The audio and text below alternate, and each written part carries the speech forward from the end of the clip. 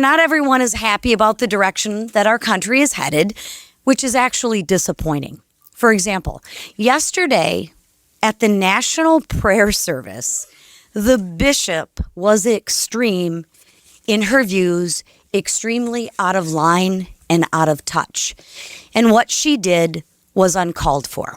Perhaps we should pray for her. Why should anyone block or be opposed to President Trump's agenda?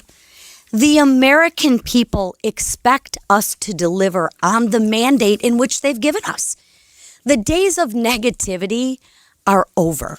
Every so often, a woman stands up and speaks truth to power, often at great personal risk to herself, because of the inherent power imbalance that we experience in patriarchal societies like the United States. It takes a lot of bravery and a lot of personal confidence to buck the system and go against the flow. And whenever I see women doing this, especially in the public eye, I always have so much respect. They become my instant hero.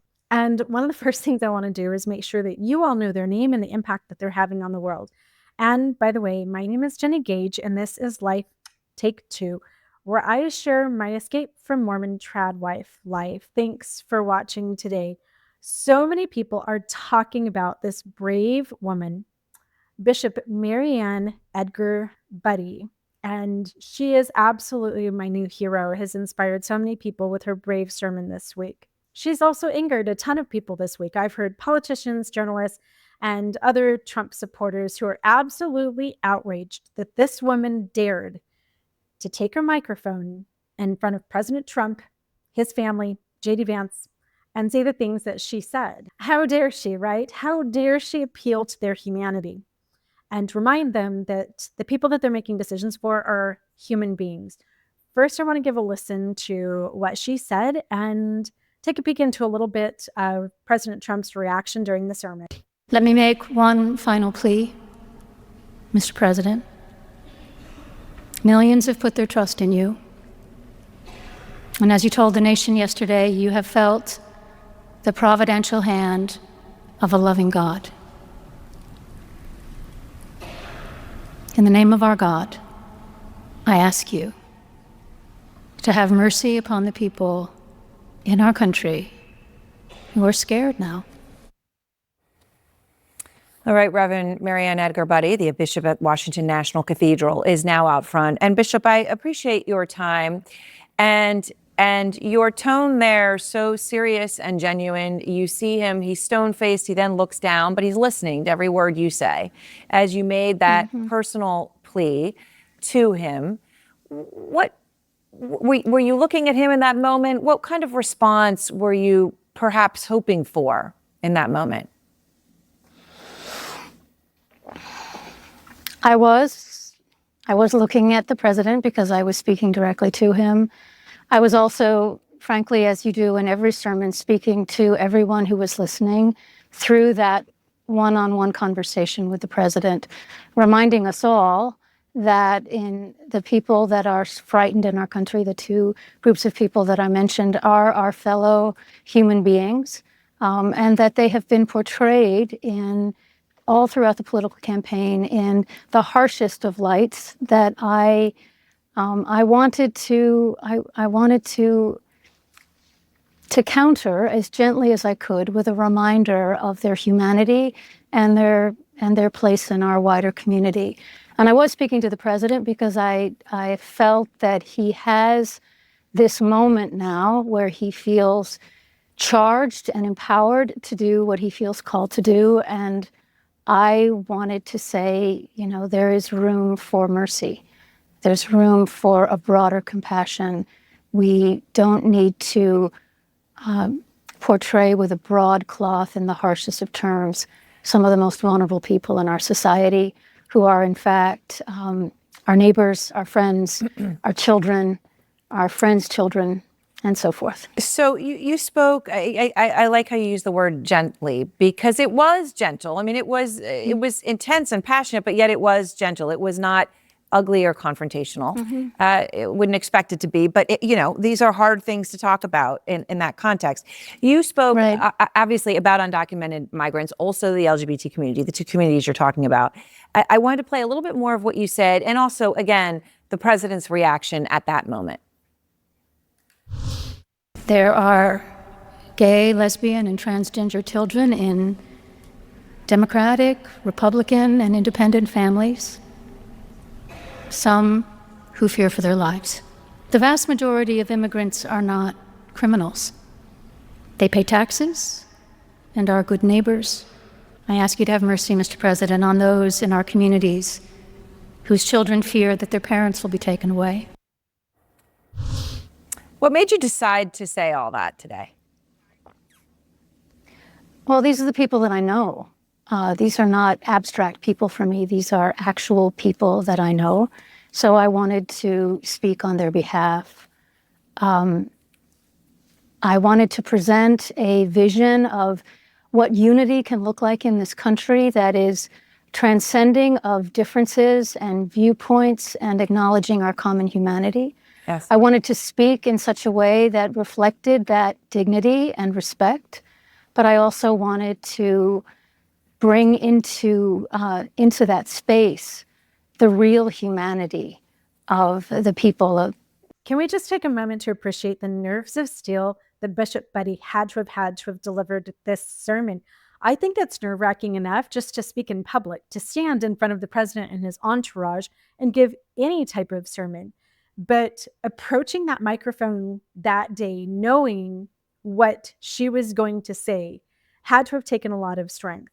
I was sitting here at my desk editing a Substack while that was airing live on CNN, and I literally almost choked on my lunch salad. I could not believe what she was saying, and I immediately walked over to where I could see the TV just so that I could look at her face. And it left me wondering, who is Mariann Edgar Budde? So I'd like to share just a little bit about who this woman is so that we can honor her. In 2011, Reverend Dr. Mariann Edgar Budde became the first woman elected to the position of 9th Bishop of Washington for the Episcopal Diocese. She serves as spiritual leader to 86 Episcopal congregations and 10 Episcopal schools. She serves as the chair of the Protestant Episcopal Cathedral Foundation, a passionate believer in the gospel of Jesus and the Episcopal Church. She has been a strong advocate of LGBTQ rights and believes that Jesus calls all who follow him to strive for justice and peace and to respect the dignity of every human being. The Episcopal Church, by the way, supports non-discrimination and has canon laws specifying that everyone has access to the governance of the church and lists sexual orientation, gender identity, and expression as specifically protected from discrimination. So whether you are gay, straight, or whatever you identify, you are not treated any differently whatsoever in the Episcopal Church. The Episcopal Church also has a very pragmatic stance on abortion, one which reflects my personal feelings. If I was going to do an entire series on abortion, it would very much reflect Episcopalianism, despite the fact that I'm an atheist. So it forbids abortion as a means of birth control, family planning, sex selection, or any reason of mere convenience, but honors an individual's rights to make an informed personal decision about abortion. So they're not just cut and dry. In the Mormon church that I grew up in, abortion was strictly prohibited. If you had an abortion, you were a baby murderer, you went to hell. In the Episcopal Church, it's more nuanced. You are supposed to follow your heart and the conviction that God gives you. In an interview she did with Washingtonian when she first moved to Washington after serving for 2 decades in Minnesota, which I will link in the description, she shared some insight into what type of woman she is. When asked, "What does it mean to you to be the first elected female bishop of the Diocese of Washington?" she replied, "Sorry, is this going to be another Jenny Cry video?" "Possibly. Let me put this on pause for a second." She replied, "It means a great deal to me, given that when I was a child, women were not allowed to serve in elected leadership roles, and girls at the church I attended couldn't be acolytes." I hope I'm saying that right. "I am well aware that I stand on the shoulders of incredibly brave and strong women who forged a path before me." She speaks in the interview about her thoughts on gay marriage, having presided at same-sex ceremonies in Minnesota where gay marriage was not legal, but they performed it as a sacrament in the church.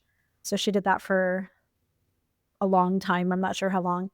So on that topic, she says, I have presided at many sacramental blessings of lifelong unions for gay and lesbian couples, among them some of the most loving people and faithful Christians I know. She says that her first task as Bishop of Washington was to get to know the people and what their concerns are and what their hopes for the future are. So this is a woman who has now spent since 2011 in Washington connecting with the members of her congregation and people who live in the area, getting to know what their concerns are and what their hopes are for the future. She says, if you go to any Episcopal church, you'll be struck by how much of its life is dedicated to serving other people. We're there to make sure that people are treated fairly and that they have access to the things that make life meaningful, like housing, healthcare, and jobs. Mariann has a loving husband and 2 children and enjoys seeing DC by bike on the city's sprawling bike paths. She's been the biking bishop. She's actually taken groups out to bike around DC and Maryland, which I just think is so cool. Having watched the videos of her repeatedly this week, I can just picture her as a bishop out there on her bike, seeing the city and taking people along the way with her. That's a meetup group that I might fly across the country to participate in myself. It's clear from everything that I've read about Mariann this week that she is a person who has a true heart for people, and especially the downtrodden and the marginalized. And in so many ways, I feel like her example and the things that she stands for are truly reflective of the Jesus in the Bible. Coming from an atheist, this is one of the most Christ-like people that I think I've seen in a very long time. And Mariann kind of restores my faith in Christianity in the face of the Christian nationalism that we've all seen way too much recently. By the way, I've had many Christians in my personal life celebrating the end of LGBTQ in really violent verbal ways, which is so interesting to me because, again, as an atheist who's not a believer in the Bible, the very first convert to the baby Christian church after the death of Jesus in the Christian Bible was trans. Go read it for yourself in Acts 8. Philip baptizes an Ethiopian eunuch. He wasn't just gender identifying, he had surgically transitioned. And that was the very first baptism that we have in Acts. And I giggle over that. Oh, the irony of the hatred of the American Christian nationalisms towards trans folk.